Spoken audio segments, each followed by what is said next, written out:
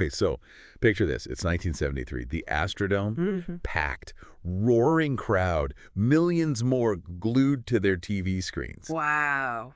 And it's not a heavyweight fight, Right, right. not even a Super Bowl. It's a tennis match. Okay. But Yeah. not just any tennis match. Yeah. This is the battle of the sexes. I like it. A showdown that Yeah. went way beyond sports, became a cultural earthquake.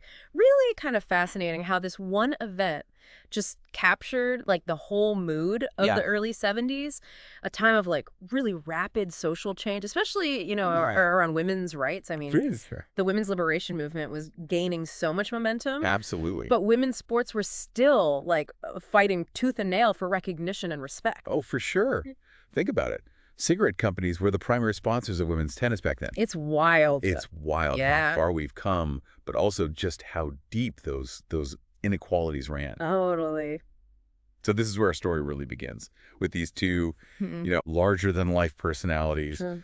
just colliding head-on. You got the flamboyant Bobby Riggs Yeah. and the fierce Billie Jean King. Yeah. Riggs, 55-year-old, former Wimbledon champ, a master showman, a hustler. And Yeah. let's be honest, he had some pretty outdated views Oh, yeah. on women in sports. He saw, I think, a real opportunity to kind of exploit, For sure. the gender tensions of the time, Right. claiming he could beat any woman on the court. And he put his money where his mouth was. He challenged Margaret Court first. Right? Yep. Another top player. And this wasn't just any match. It was Yeah. deliberately scheduled Oh, yeah. for Mother's Day. Mother's Day. Not so subtle. Not at all. And a jab at those societal expectations, right? Oh, About women's roles and all that. And of course, the media coverage leading up to it. Oh, yeah. It's exactly what Riggs wanted. Played right into that battle of the sexes narrative, Totally. focusing a lot on Court's femininity, downplaying her athletic accomplishments. And the result, crushing defeat for Court. Dubbed the Mother's Day Massacre. Yeah. Huge blow. Seemingly validating Riggs's claims. Yeah. Fueling that skepticism Right. toward women athletes. Definitely. But I think what's really important here is how this loss just ignited this fire Yes. in Billie Jean King, Yes. 29-year-old tennis star at the absolute peak of her career. Oh, yeah. And a vocal advocate, for women's rights and Yes. equal pay in tennis. I mean, she understood this wasn't just about, No. hitting a ball over a net. This was about challenging those really deeply held Societal beliefs. about Yeah. women's capabilities. And she saw this opportunity to make a statement, Totally. not just for herself, but for all women. And so Oh, huge. the stage was set for this main event, King versus Riggs. Not just a tennis match, a cultural clash, a media spectacle, a battle for the soul of a generation. I loved. And they Yeah. both, Riggs and King were masters of the Yeah. publicity game. Oh, totally. Press conferences, they were just filled with Filled with trash talk. trash talk and witty banter. Yeah. Riggs, of course, continuing his, sexist antics, while King remained cool and collected, Yeah. just using her platform to advocate for equality. And it's fascinating, isn't it, how they both kind of use the media to their advantage, I mean. Totally. Riggs, the self-proclaimed male chauvinist pig, Oh, my God. played up his outrageous persona, while King, Yeah. with her quiet confidence and that sharp wit, just presented such a powerful counterpoint. And the hype. Oh, my gosh. The hype surrounding this match was unlike anything tennis had ever seen. Okay, so picture this. Okay. King enters the Astrodome, like Cleopatra, Wow. carried on a litter, while Riggs arrives in a rickshaw pulled by, wait for it, Okay. scantily clad women. Oh my gosh. It's a pure spectacle. But underneath all of that, right? Yeah. All the theatrics, you could sense the weight of that moment. King, in her memoir, talks about feeling this immense pressure Right. to win, not just for herself, but for the future of women's sports. Of course. So the match itself, Yeah. it was held in the Houston Astrodome. Over 30,000 people in the stands. Millions more watching on TV. It's incredible. Even George Foreman was there. Yeah. It was monumental. And when the dust settled, it was King, right? Right. Emerging victorious, defeating Riggs in straight sets. Wow. 6-4, 6-3, 6-3. It's incredible. And King's victory, it wasn't just a win on the court. Right. It was symbolic, Yeah. a real triumph that challenged those prevailing perceptions of women's, athletic capability. Absolutely. Her strategic play, her mental toughness, it was all on display. And it really just dismantled that myth that women, Right. lacked the strength, the competitive drive to compete at the highest level. It's wild to think that even during the match, some commentators couldn't resist making remarks about King's appearance. Crazy. It's almost like they couldn't even grasp Right. the magnitude They couldn't wrap their heads around it. of her accomplishment. Yeah. Yeah, even as it was happening right in front of them. Yeah. Which I think perfectly illustrates how deeply ingrained that sexism was. Oh, for sure. In sports commentary and society as a whole. Okay. It really speaks volumes, doesn't it? Yeah. That even in victory, her athletic prowess was sometimes overshadowed by her gender. But her win, is undeniable. And what I find really inspiring is that she didn't just, bask in the glory of that victory. No. She used that platform, that newfound platform, Absolutely. to champion, Yeah. causes that were close to her heart, especially the fight for gender equality. Yeah, absolutely. She put her words into action immediately, co-founded the Women's Sports Foundation, just a year later in 74, which was a total game changer, Yeah. Advocating for equal opportunities. Totally. For girls and women in athletics at all levels. It's amazing to see how her vision has come to fruition. It really the is. Women's Sports Foundation is still going strong. So going. Yeah. Continuing to fight that good fight for equal access, resources, recognition. For sure. For women in sports. And her influence extended beyond the courts as well, right? She Totally. launched a women's sports magazine. That's right. Short-lived, but impactful. Yeah. She was ahead of her time, recognizing that untapped potential and growing interest in women's athletics. And it's also important to remember that this was all happening, right, against the backdrop of Title IX. Yes. Landmark law prohibiting gender discrimination in education programs. Including sports. Including sports, passed just the year before. The year before, yeah. The Battle of the Sexes. That's incredible. And while the match wasn't directly linked, right, to Title IX, it undoubtedly helped raise public awareness. For sure. And fuel that momentum for change. Absolutely. Made people pay attention to that whole issue of equality in sports. Yes. Challenged them to rethink their assumptions. King's victory felt like this turning point. Yeah. But the fight for equality... It really did. But it wasn't over. It still isn't. No. And sadly, we still see pay disparities, unequal media coverage, and these biases against women athletes, they're still there. It's a reminder that progress isn't always linear. Right. There are setbacks, challenges along the way.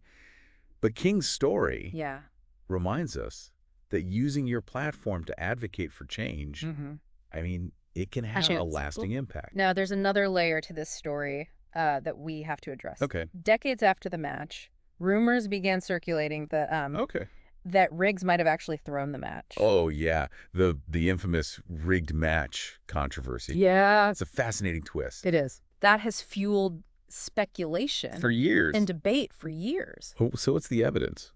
Well, Riggs was known for his gambling habits. Right. And some reports suggest he was deeply in debt to some unsavory characters. Seedy characters. So the theory goes that he intentionally lost to King his debts. Those debts. And adding to the suspicion, Riggs' own son claimed that his dad hadn't really trained for the match. Which is unusual. Very unusual for him. Yeah. But there's also evidence that contradicts this theory. There is, yeah.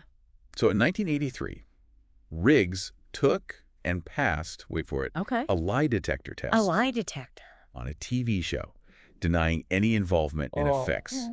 However, the debate was reignited in 2013 when ESPN aired a documentary featuring an interview with a man who claimed to overhear mobsters discussing Riggs. Wow. Throwing the match to pay off gambling debts.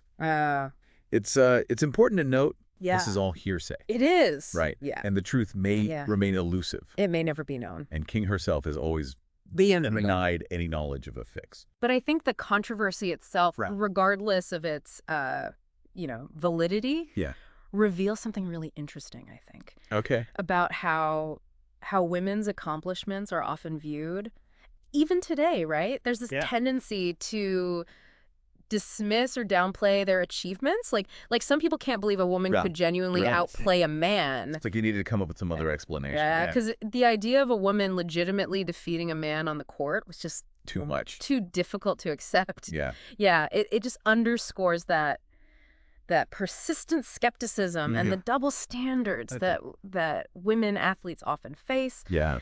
Their victories are questioned, their skills are minimized, their accomplishments attributed to, external factors. All the time. Yeah. But amidst all the drama and the controversy, there's another unexpected twist to this story. This unlikely friendship that developed between Ping and Riggs. Between these two. Why? Despite their rivalry. Despite it all. And all the trash talk. It's really a testament to the complexities of human relationships. It really is. They were ideological opposites in many ways. Oh, yeah. Yet they found that common ground, even expressed, genuine affection for one another. It's almost unthinkable in today's, polarized climate. It really is, yeah. Can you imagine two public figures from opposing sides, of the political spectrum developing a genuine friendship like that today? It's hard to fathom. It is. Yeah. It's a reminder that even in the face of disagreement, right? Yeah. It's possible to find common ground and recognize the humanity in those who hold different views. King even wrote Riggs's obituary. Oh, wow. For Sports Illustrated, describing him as hustler and a showman, but also a man of honor and humor. Yeah. It's powerful. It really is. It speaks to her capacity for forgiveness and understanding. It suggests that beneath the surface of their public personas, there was a mutual respect and even a fondness that transcended their differences. It is. So we've explored the match, the cultural impact, the rigged match controversy, and even the unlikely friendship. What's the main takeaway? Well, I think, the battle of the sexes, it remains this powerful symbol of the ongoing struggle. For sure. For gender equality. Yes. It reminds us that even seemingly simple acts, like playing a tennis match, can have these profound implications for societal norms. Absolutely. Perceptions. And it also just underscores the importance of individuals like Billie Jean King, who they use their platform to challenge the status quo.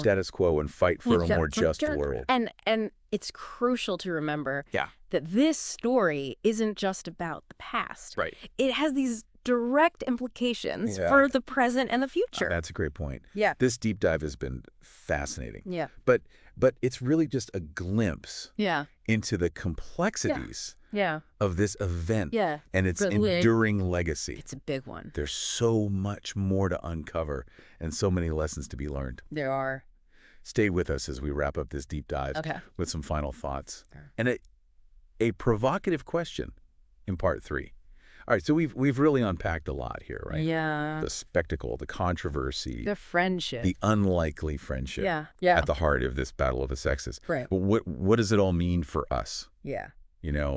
Over 50 years later. That's the big question, isn't it? I mean, the fight for gender equality in sports and society as a whole, it's far from over. It's far from over. Yeah. And while we've seen progress, those echoes, those same challenges that King faced, they're still there. They're still present. Yeah, it's almost disheartening to think that even with King's win, the passage of Title IX, the increased visibility of women's sports, we still see those stubborn pay gaps, the struggle for equitable media coverage. It's still there. And the subtle biases, I mean... They're persistent. They persist. They do, but, it's a reminder that changing deeply ingrained societal norms takes time and relentless effort, but it's not a reason to despair. I mean, King's story, I think, provides a real roadmap. Yeah. For how we can continue pushing for that progress. So what can we learn from her legacy to help create a world where all athletes, regardless of gender, have the opportunity to thrive.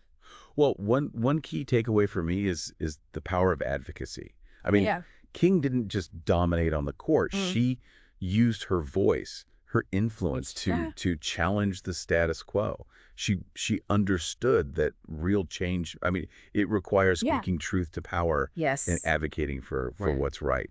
And she wasn't afraid to take risks. Yeah, to take risks and to disrupt the system. Yeah, I mean, remember, she was instrumental in creating the Virginia Slim Circuit. Huge. Which was a bold move. It was. Challenging the existing power structures in tennis and just paved the way for better pay, better recognition for women players. That's a crucial point, I think. Creating those supportive structures and systems, it's essential. I mean, the Women's Sports Foundation, which, she co-founded, it plays such a pivotal role in advancing opportunities and resources for female athletes. Yeah. It's a real testament, I think, to the power of collective action and organized advocacy.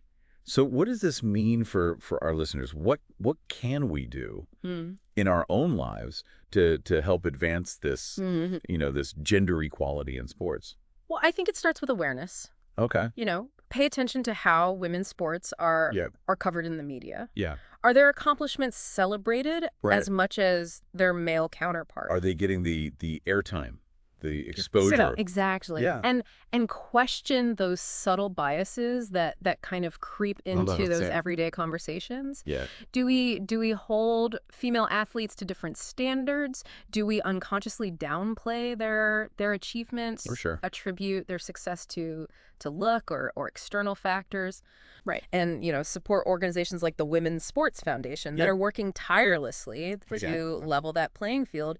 Donate your time or resources to programs that empower girls and women. Absolutely. Through sports. And don't underestimate the power of your voice. Speak up. Speak out against sexism and discrimination when you see it. Yeah. Challenge those outdated stereotypes and assumptions that limit opportunities for women. Even small actions can create a ripple effect. They can. And remember, this isn't just about sports. Right. This is about creating a more just and equitable world for everyone. And that fight for gender equality in athletics is really a reflection of the broader fight for equality in all aspects of life. The battle of the sexes might have taken place, decades ago. Yeah. But lessons are timeless.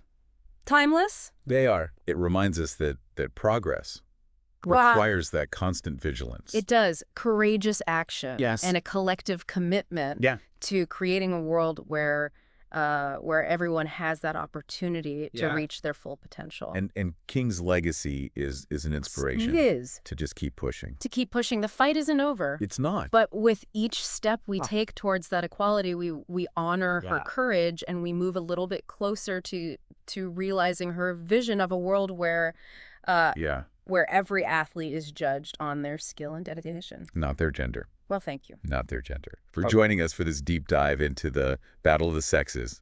We hope you've been inspired to continue the conversation about gender equality in sports and beyond. Absolutely. And don't forget to subscribe for more captivating deep dives into the stories that shape our world.